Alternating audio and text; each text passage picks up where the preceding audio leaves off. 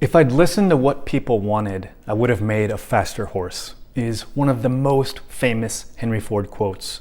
That's actually a little bit of a paraphrase, but the general idea is the same. And the way most people interpret this sentiment of Henry's is that customers, they don't really know what they want. And what's interesting about this particular approach is it flies in the face of a lot of modern startup methodologies like customer discovery and the lean startup, which say, listen, let's really emphasize listening to customers. And a lot of people use that quote as an excuse to not listen to customers. And Steve Jobs, another really, really famous person on the list of people who said that, we want to build our products based on our vision rather than listening to customers.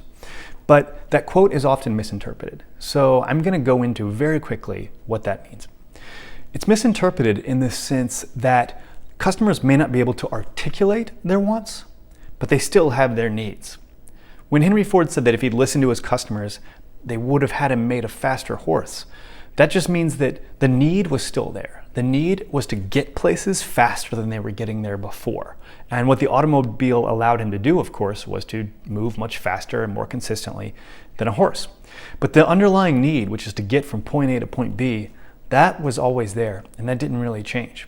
So, those needs are there. And when you talk to customers, you need to do it in a structured way. But that's how you're going to find out the need that something's real and that what you're making is something that people really, really want. Because again, the biggest risk of entrepreneurship when you start a product or when you start a service is that you make something that nobody wants.